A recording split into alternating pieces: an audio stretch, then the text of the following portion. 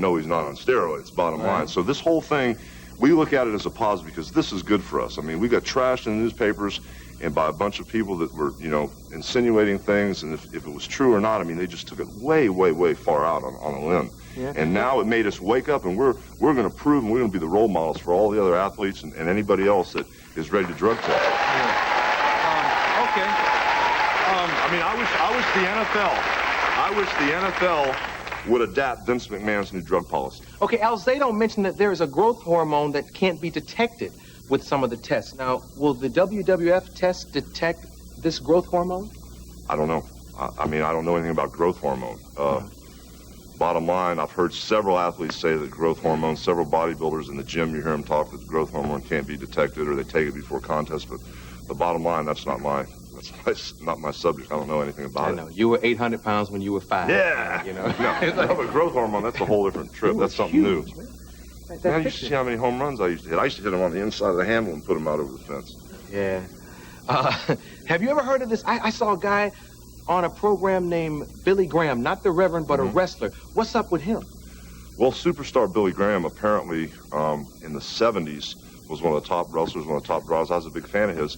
And he just came out during all these drug trials and admitted steroid use and abuse. And basically he's saying that these are all the reasons his body's falling apart. But basically, there have been several other wrestlers like Bruno Sammartino who didn't have any problem working with Billy Graham at the time. He was on steroids and putting all the money in his pocket that have completely turned into hypocrites and knocked Hulk Hogan and said Hulk Hogan's never seen the inside of a church, and I doubt if he even says his prayers. And there's been all kind of allegations, but Billy Graham was a top draw during the 70s, and he apparently was a heavy-duty steroid abuser. Yeah. Before we say goodbye, I know you called me and you wanted to come and straighten this thing out. Yes, and I appreciate tell the you letting truth. me come out here. Yeah, would you like to say anything else to your Hulkamaniacs? Well, I'll tell you, steroids, like cocaine and a lot of other hard drugs, or class 3 drugs, if that's what you want to call them, the federal government calls them, is a dead-end street.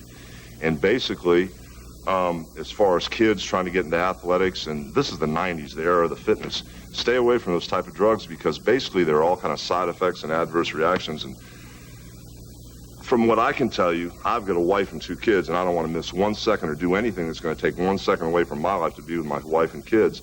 And as far as these kids go, if you work hard, if you train 20 years like I do and start as soon as you can, I mean, you can get what you want out of your body. It's a little more intense. You got to be a little more dedicated and be a leader. Don't be a follower, because that's what this whole thing's all about. And that's what we're trying to bring to the front. The WWF and Hulk Hogan were a bunch of leaders, not a bunch of followers. Yeah. Okay.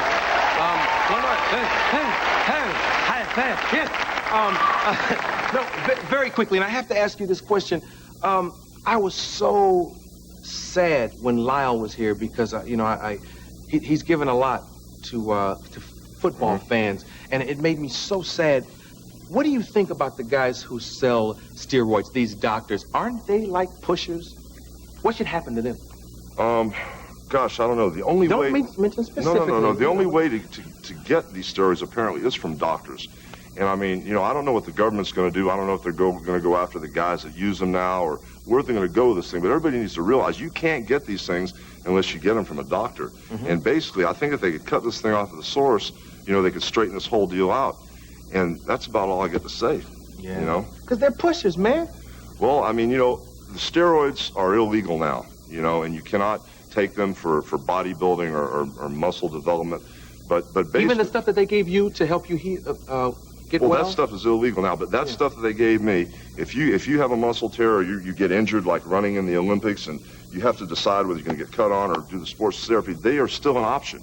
They are still legal if the doctor prescribes them for muscle tears and stuff like that. Right. But you cannot use this stuff and get away with it. Number one, it'll kill you. Number two, you're going to get busted. Yeah.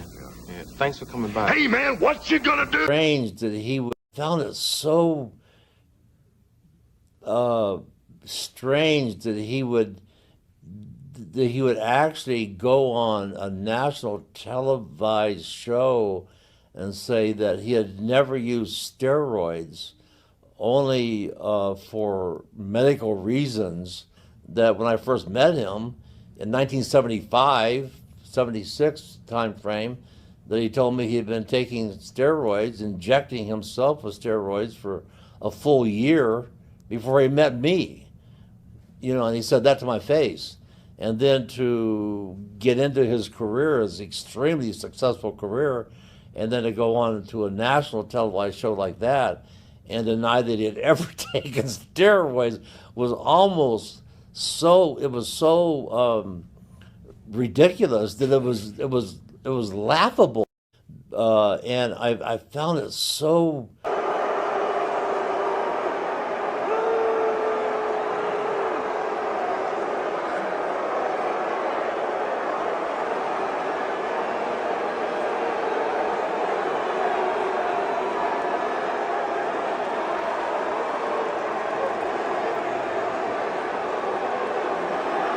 Well, let me tell you something, brother.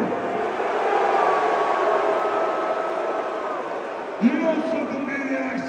I've been in this business for over 40 years, and the greatest part of my life was being part of this great WWE, guys.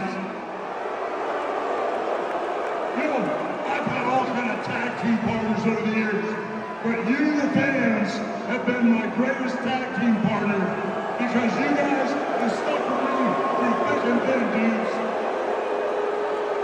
You know, I've got a new tag team partner right now.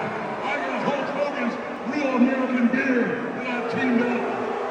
And in the past, I've had a whole bunch of partners down the line. I had incredible partners like, ooh, yeah, the Macho Man Randy Savage. I've had giant-sized partners like Andre the Giant. But the greatest partner that the WWE has ever had is the fact tonight we're making history and the WWE is tag teamed up with Netflix, their greatest tag team partner of all time.